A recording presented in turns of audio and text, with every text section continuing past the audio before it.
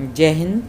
आज के वीडियो में हम चीन में कम्युनिस्ट पार्टी पर चर्चा कर रहे हैं कि किस प्रकार से चाइना में कम्युनिस्ट पार्टी वो रूल करती है या वो कंट्रोल रखती है वहाँ पर गवर्नमेंट में और सेना में। साम्यवादी चीन की प्रमुख संस्थाएं हैं दल, सरकार और सेना। इनमें जो पार्टी है कम्युनिस्ट पार्टी वो सर्वाधिक महत्वपूर्ण स्थान रखती है। कम्युनिस्ट पार्टी ही जितनी भी वहाँ पर पॉलिसीज़ है उनका नियमन करती है, उनको बनाती है और उन्हें अप्लाई भी करती है। सरकार और सेना के द्वारा इन नीतियों को क्रियान्वित किया जाता है। किन नीतियों को क्रियान्वित किया जाता है? जिन्हें की कम्युनिस्ट पार्टी बनाती है। वहाँ उदारवादी देशों में राजनीतिक दल संविधान से बाहर रहकर काम करते हैं, जबकि चाइना में है वो कम्युनिस्ट पार्टी वो कॉन्स्टिट्यूशन का पार्ट है। न्यू कॉन्स्टिट्यूशन जो कि 1982 में बना है उसमें कम्युनिस्ट पार्टी है वो यहाँ पर जनता के नेतृत्व का केंद्रीय अंग माना जाता है। चीन की राजनीतिक व्यवस्था के अंतर्गत विधायी क्षेत्र की सर्वप्रमुख संस्था है वो कौन सी है?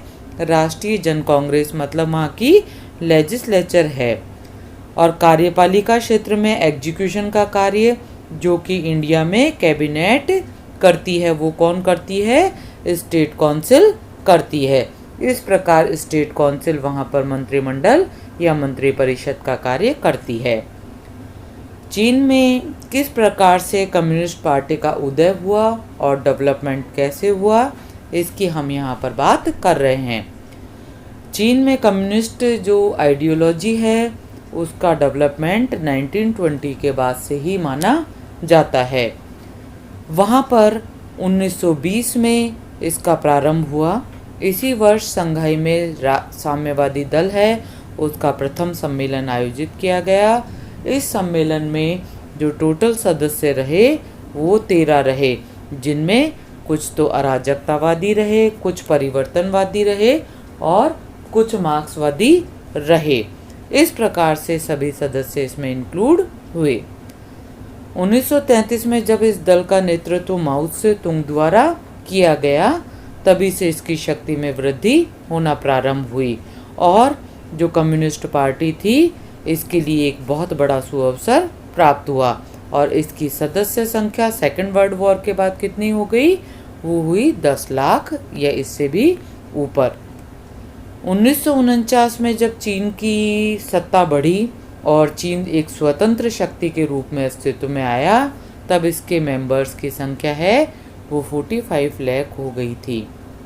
1961 में इसकी जो सदस्य संख्या है वो 1,70,00,000 और जनवरी 2010 में इसकी सदस्य संख्या बढ़कर 7,80,00,000 या उससे भी अधिक हो गई। आगे हम बात कर रहे हैं कैरेक्टरिस्टिक्स ऑफ कम्युनिस्ट पार्टी क्या क्या है, सैलिएंट फीचर्स कौन कौन से हैं। नंबर 1 है कि यहाँ पर जो कम्युनिस्ट पार्टी है उसका कॉन्स्टिट्यूशन में उल्लेख किया गया है। किसी भी देश में जो पॉलिटिकल पार्टीज होती है उनका कहीं भी कॉन्स्टिट्यूशन में उल्लेख नहीं होता है, लेकिन चाइना में कम्युनिस्ट पार्टी का जो न्यू कॉन्स्टिट्यूशन है जिसकी स्थापना हुई थी 1982 में वहाँ इसको एक्सेप्ट किया गया है। सेकंड है दलीय मजबूती या दृढ़ता। साम्यवादी दल है उसमें ठोस और केंद्रीकृत वो संस्था है और वहाँ पर प्रत्येक सदस्य है, मेंबर है, उसको उस पार्टी का कहना मानना पड़ता है। पार्टी से बाहर कोई भी कार्य वो नहीं कर सकते हैं। थर्ड है यहाँ इसकी मेंबरशिप लेने के लिए जो नियम है वो बहुत हार्ड है।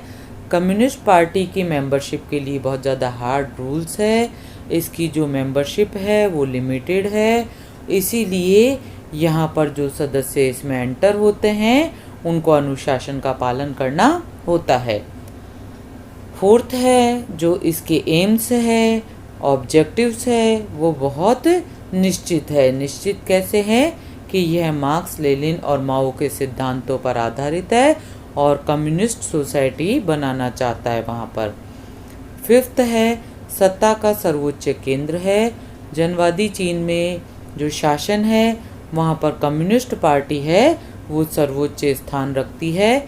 इससे ऊपर कोई भी संस्था वहाँ पर कार्य नहीं करती है। सिक्स्थ है, वहाँ पर डेमोक्रेटिक सेंट्रलाइजेशन है। वो किस प्रकार से है, यहाँ पर उन्होंने बताया है कि दल के सभी पदाधिकारियों का निर्वाचन होता है और प्रत्येक स्तर पर नीति निर्धारण में सदस्यों को भाग लेने और अपना मत प्रकट करने का अधिकार भी प्राप्त होता है। लेकिन अगर हम व्यवहार की बात करें तो वहाँ लोगों को ऐसा कोई भी अधिकार प्राप्त नहीं होता है। आगे आता है कि ऑर्गेनाइजेशन कम्युनिस्ट पार्टी का किस प्रकार से है। चाइना में जो कम्युनिस्ट पार्टी है उसका ऑर्गेनाइजेशन है वो पिरामिड की भांति होता है।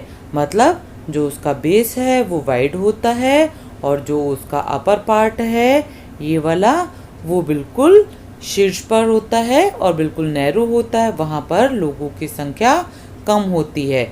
यहाँ इसके बेस पर संख्या अधिक होगी, ऊपर कम होती जाएगी। यहाँ पर जो इसका बेस है इसको सेल के नाम से जानते हैं और जो ऊपर का पार्ट है उसको पॉलिट ब्यूरो के नाम से जाना जाता है।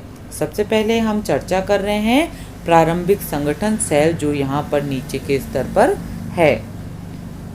दल के संगठन में प्रारंभिक स्तर पर सेल होता है जो 20 सदस्यों की प्राथमिक इकाई होती है। ये प्राथमिक इकाई चाहे एग्रीकल्चर हो, चाहे कोई कारखाने हो, सेना हो, कहीं भी प्रेजेंट हो सकती है। इसके ऊपर है वो ग्रामीण और शहरी कांग्रेस होती है जो कि काउंटीज के सदस्यों का निर्वाचन आगे चलकर करती है। सेकंड है वो केंद्रीय समिति होती है, वो होती है सेल के ऊपर। राष्ट्रीय दल कांग्रेस का एक बड़ा निकाय है। आवश्यकता होने पर शीघ्रता के साथ उसकी बैठक आमंत्रित नहीं की जा सकती है। इसलिए जो कांग्रेस है वो एक केंद्रीय समिति की स्थापना करती है जिसका निर्वाचन राष्ट्रीय दल कांग्रेस द्वारा किया जाता है। यह अपेक्षाकृत छोटा होता है जिसकी वर्तमान सदस्य संख्या 356 है।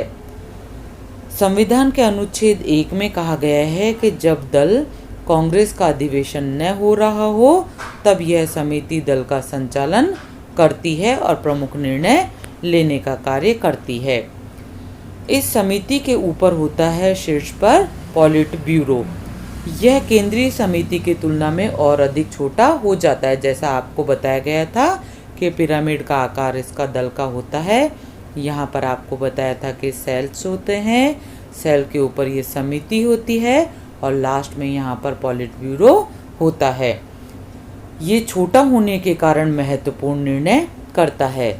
वर्तमान में इसकी सदस्य संख्या 24 है और जो समिति के अधिवेशन आमंत्रित करता है और उसके निर्णयों को अपने पास भेजने का कार्य भी करता है। पॉलिट ब्यूरो में भी जो अंतिम शक्ति होती है वो लिमिटेड कुछ सदस्यों के पास होती है। इन सदस्यों की संख्या कितनी है? 9, जिसमें कि पार्टी के सर्वोच्च नेता होते हैं। केंद्रीय समिति को दल का मस्तिष्क या दिमाग भी कहा जाता है। फोर्थ है सचिवालय। ये है इसके अन्य अंग। इसमें 8 नियमित और 3 वैकल्पिक सदस्य होते हैं और दल का महासचिव इसका अध्यक्ष होता है। ये विभिन्न कार्य संचालन करता है और उनके विषय में निर्देश देने के कार्य भी करता है। फिफ्थ है दल नियंत्रण आयोग। यह केंद्रीय समिति का एक अंग है जिसमें 17 है वो तो रेगुलर मेंबर्स होते हैं और 4 है वो अल्टरनेटिव मेंबर्स होते हैं। इसका कार्य होता है दल की नीतियों और आदेशों का पालन करवाना या ये चेक करना कि सभी अंग इसका ठीक प्रकार से पालन कर रहे हैं या नहीं। सिक्स्थ है इसका सहायक संगठन। कम्युनिस्ट यूथ लीग, लाल रक्षक और बाल लाल रक्षक के माध्यम से पार्टी जितने भी न्यू मेंबर्स होते हैं, स्टूडेंट्स होते हैं, उनके बीच अपने सिद्धांतों का प्रचार प्रसार करती है ताकि वे ये जो साम्यवादी संगठन है इसमें विश्वास रखे और देश की सेवा करे।